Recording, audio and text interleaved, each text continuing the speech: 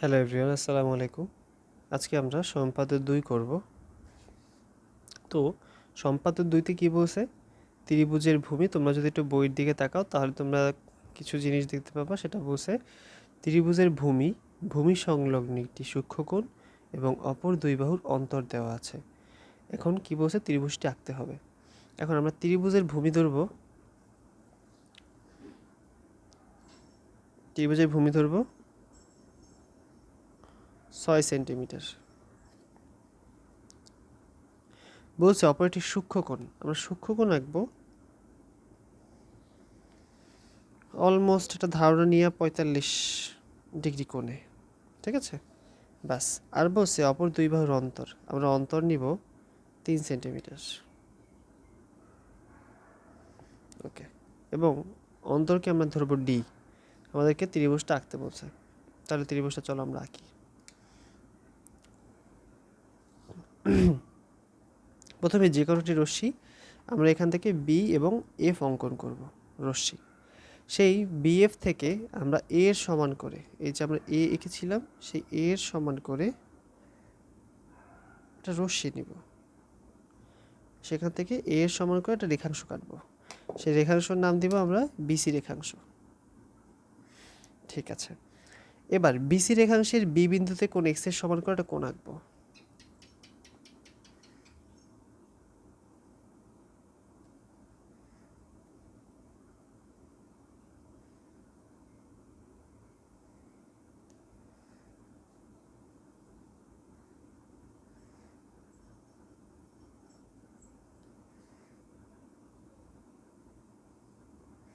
কোণ এক্স এর সমান করে একটা কোণ আঁকলাম। এবার আমরা সেই কোণ যে আঁকলাম সেই কোণ বরাবর আমরা সিবিই অঙ্কন করি। একটু বড়ই নিই, কাজে লাগবে। আমরা সিবিই অঙ্কন করলাম, কোণ সিবিই অঙ্কন করলাম।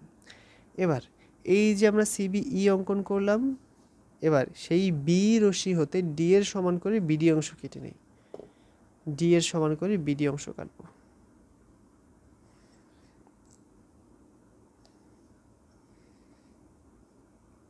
বাস, এই ডি অংশ কাটবো। বাস, এবার যখন ডি অংশ কেটে নিলাম, সেই ডি অংশ থেকে এবার কি করব? বিডি অংশ কেটে নিলাম। এবার সেখান থেকে সি এবং ডি যোগ করব।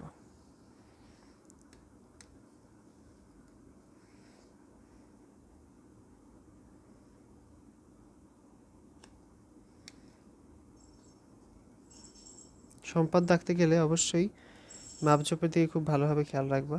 একটা ভুল হয়ে গেলে অনেক বড় ভুল হয়ে যাবে। তাহলে সিডি যোগ করি এবং ডিসি রেখাংশের যে পাশে ই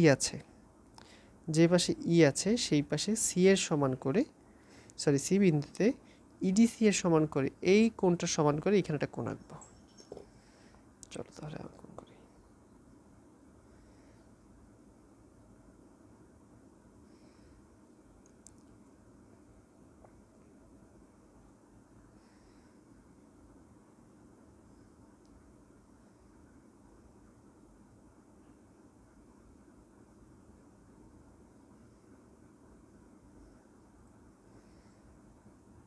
ওকে, এই যে অঙ্কন করলাম, এবার এটাকে যোগ করি।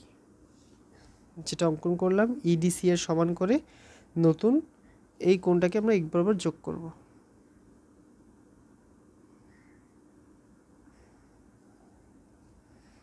ব্যাস, তাতে আমরা কি আঁকলাম? ডিসি, নতুন একটা নাম দিই। কি নাম দেওয়া যায় বলো তো? আচ্ছা, বইতে যেটা দিয়েছি আমরা সেটাই দিই, ডিসি এ। এই যে ডিসি এ অঙ্কন করি। ব্যাস, এবার এই সি এর রশ্মি, এই বি রশ্মিকে এ বিন্দুতে ছেদ করে। এই যে সেই এ বিন্দুতে ছেদ করে। তাহলে এ বি সি কি? সেই উদ্দিষ্ট ত্রিভুজ। এই যে এ, এই বি, এই সি সেই উদ্দিষ্ট ত্রিভুজ। যে ত্রিভুজের একটা বাহু এ, তার ভিতরে কোণ এক্স, আর তার অপর যে দুই বাহু অর্থাৎ এই বাহু আর আমাকে ঠিক আছে? হ্যাঁ ঠিক আছে। আমার যে এই বাহু এবং এই যে এই বাহু, মেনলি এই বাহু, এই বাহু, এই বাহু আর এই বাহুর পুরোটা, এই পুরোটা এ বাহু আর পুরোটা এই বাহুটা যদি বিয়োগ করি তাহলে আমার অবশিষ্ট থাকে ডি। বুঝতে পারছি? তাহলে অতএব এ বি সি উদ্দিষ্ট ত্রিভুজ। ঠিক আছে, সবাইকে আল্লাহ হাফিজ। তৃতীয় সম্পদ দেখার জন্য অনুরোধ রইল।